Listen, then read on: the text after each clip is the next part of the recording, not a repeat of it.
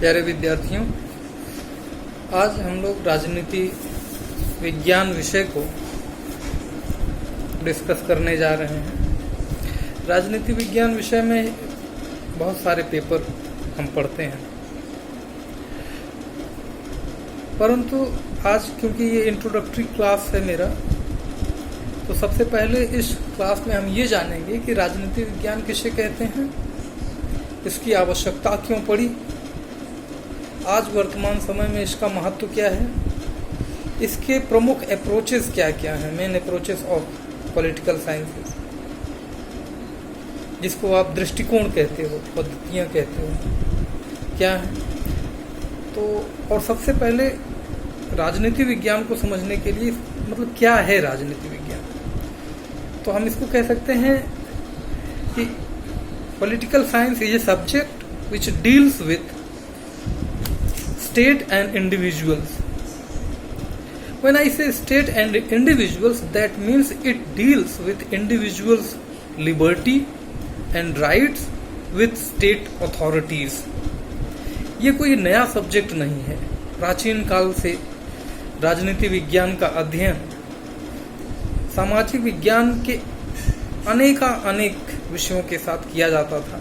जैसे हम कह सकते हैं दर्शन शास्त्र के साथ इसका अध्ययन किया जाता था, नीति शास्त्र में इसका अध्ययन पाया जाता था, इतिहास में इसका अध्ययन पाया जाता था।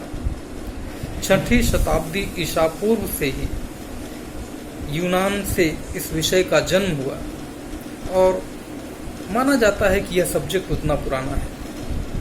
महान दार्शनिक प्लेटो के बारे में आप सब जानते होंगे, उनके शिष्य अरिस्टोटल, जिनको हम अरस्तु कहते हैं, उनके बारे में आप सब जानते होंगे। तो राजनीति विज्ञान जो है वास्तविक रूप में राजनीति शास्त्र है। इसका अध्ययन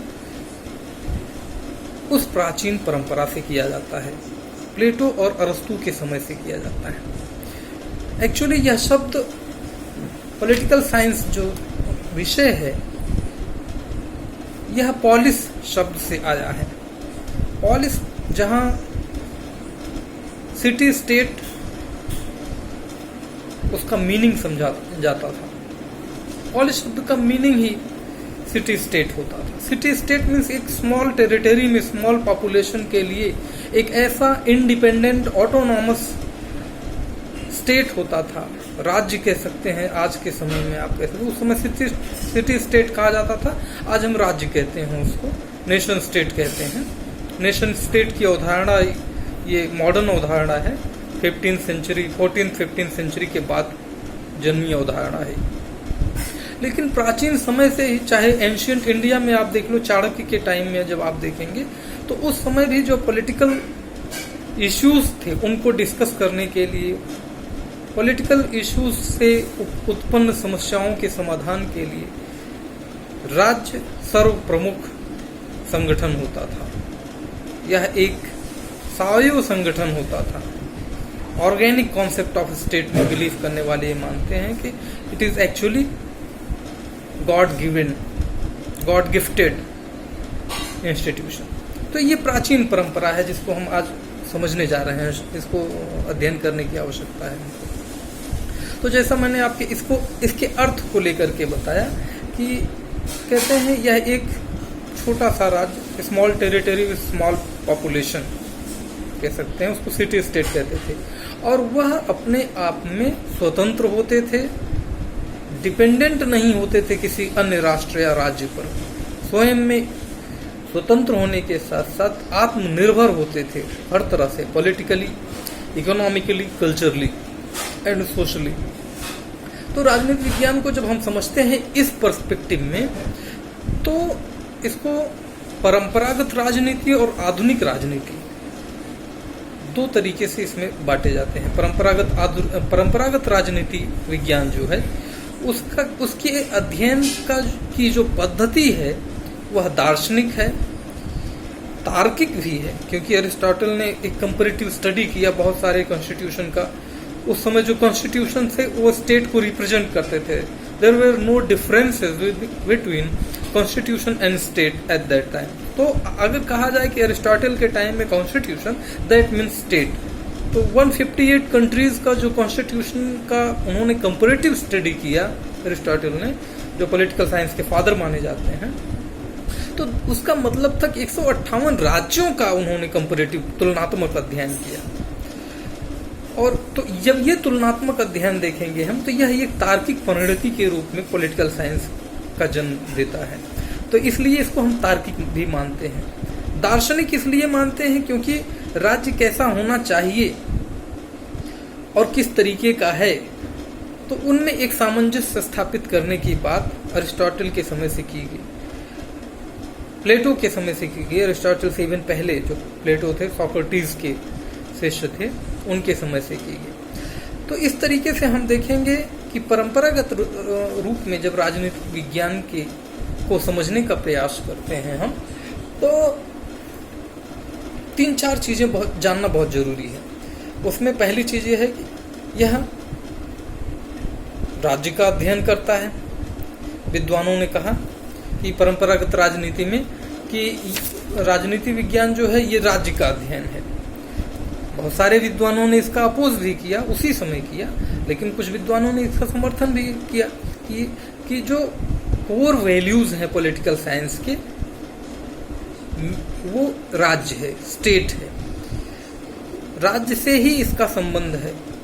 ब्लंट शेली जैसे विद्वान जो है, उन्होंने माना कि राजनीति विज्ञान का संबंध राज्य से है, तथा जो राज्य या समझने का प्रयत्न करता है कि राज्य के मौलिक तत्व क्या क्या हैं, राज्य के साथ राजनीति विज्ञान का संबंध है, और राजनीति विज्ञान ये समझने का प्रयास करता है कि राज्य के मूल तत्व क्या हैं, उनका व्यक्तियों के साथ किस तरीके का संबंध सुनिश्चित हो रहा है।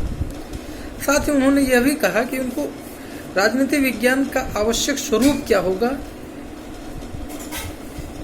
यह भी राज्य के द्वारा समझा जा सकता है। राज्य के किन किन विविध रूपों की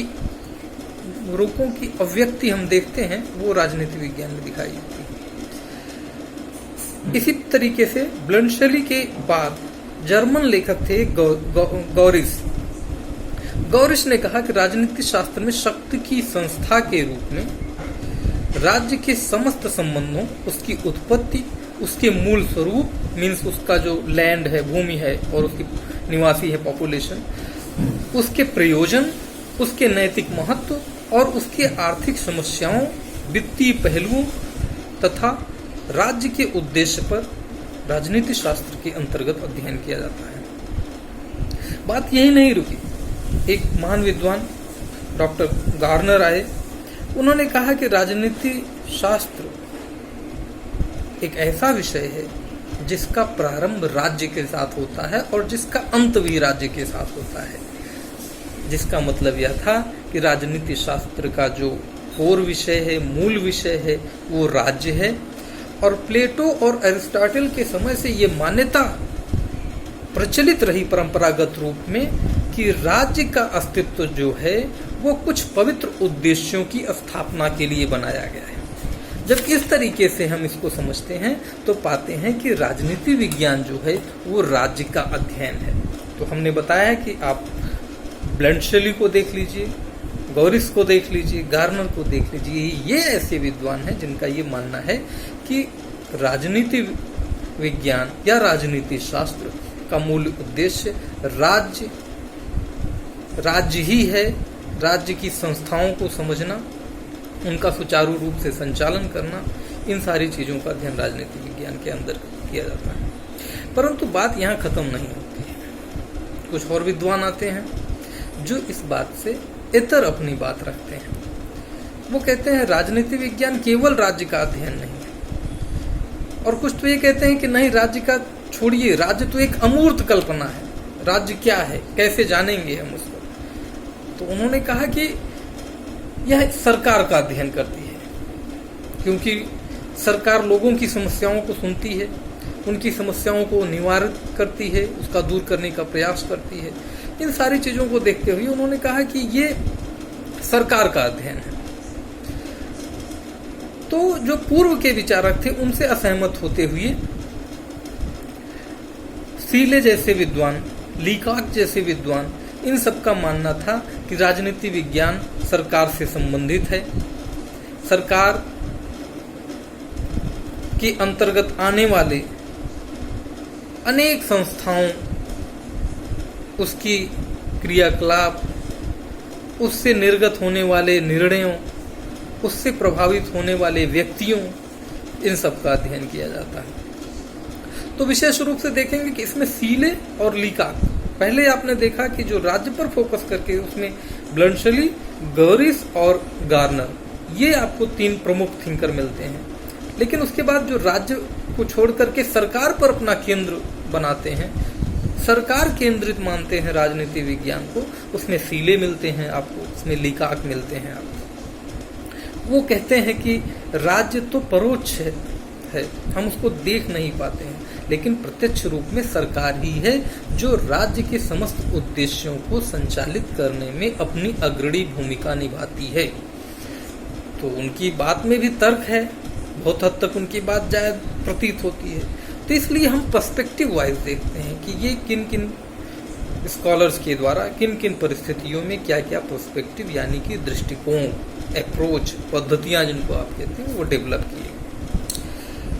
बाद के दिनों में कुछ और स्कॉलर आए, वो कहते हैं कि राजनीति विज्ञान राज्य और सरकार दोनों का अध्ययन करता है, जिसमें पॉल जेनेट आते हैं, जो कहते हैं कि राजनीति विज्ञान में राज्य के आधार और सरकार के सिद्धांतों पर विचार किया जाता है।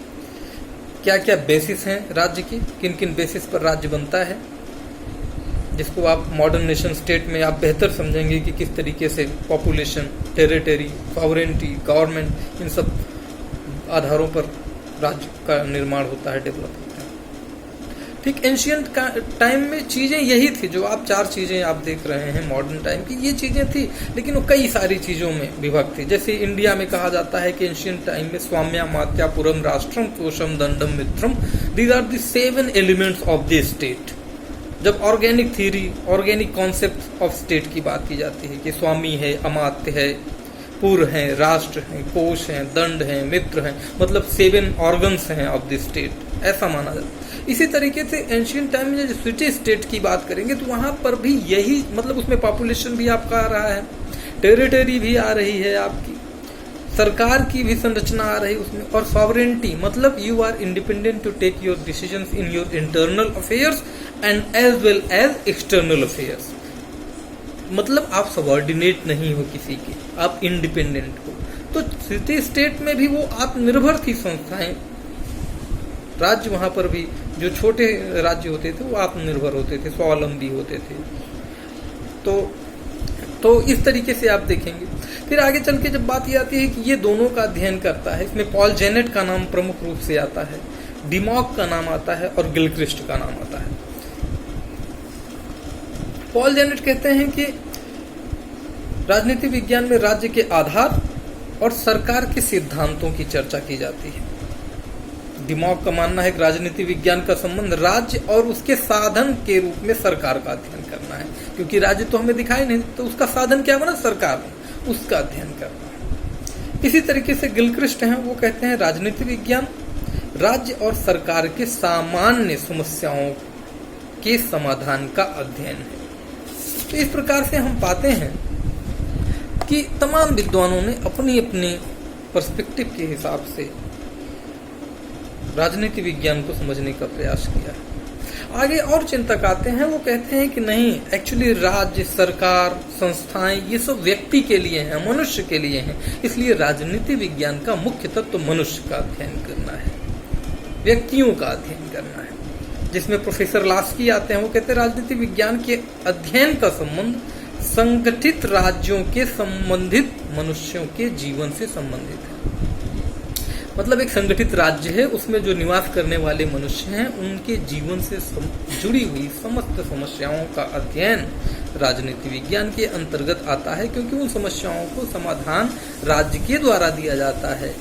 इसलिए इनका मानना है कि मनुष्य वो कोर है, मनुष्य की समस्याएं कोर बिंदु हैं, जिनका अध्ययन करने के लिए हमें राज्य की आवश्यकता होती है। यदि मनुष्य नहीं होंगे, उनकी समस्याएं नहीं होंगी, तो हम राज्य क्यों बनाएंगे या उसका अध्ययन क्यों करेंगे, या राज्य क्यों आएगा अस्तित्व में। इस तरीके से प्रोफेसर लास्की का विचार। इंसाइक्लोपीडिया ऑफ सोशल साइंसेज में हरमन हेलर एक विद्वान है, उनका मानना है कि राजनीति शास्त्र में सर्वांगीण स्वरूप राजनीति शास्त्र है उसका सर्वांगीण स्वरूप का निर्धारण उसकी मनुष्य विषयक मान्यताओं के द्वारा होती है। तो इन सब चीजों को देखने के बाद हमने क्या पाया कि प्रमुख रूप से परंपरागत जो अप्रोच है, दृष्टिकोण है, पर्सपेक्टिव है राजनीति विज्ञान को समझने का, उसके आधार पर 3-4 विशेषताएं आप कह सकते हैं। नंबर 1 कह सकते हैं कि राजनीति विज्ञान एक ऐसा विषय है जो राज्य केंद्रित है। जैसे ही आप राज्य केंद्रित कहते हैं तो राज्य से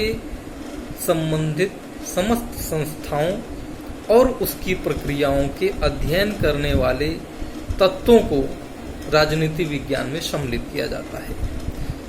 इसको जब और आगे विशेषताओं में इसको और जब एक्सप्लेन करते हैं आप, तो कहते हैं इसका स्वरूप जो है वो संस्थात्मक है। संस्थात्मक है मतलब राज्य के पास बहुत सारे इंस्टीट्यूशंस हैं, बहुत सारी संस्थाएं हैं, और उन संस्थाओं के माध्यम से राज्य अपने अंदर निवास करने वाले व्यक्तियों की समस्याओं का समाधान करने का प्रयास करता है, जो राजनीति शास्त्र का विषय बनता है। इसके आगे जब ये चलते हैं तो ये सारी चीजें जो राज्य है, संस्थाएं उसकी, ये कानून की वास्तविकताओं पर आधारित हैं, और कानून की वास्तविकताओं पर आधारित होने के कारण यह जन सामान्य के बहुत निकट पाई जाती हैं।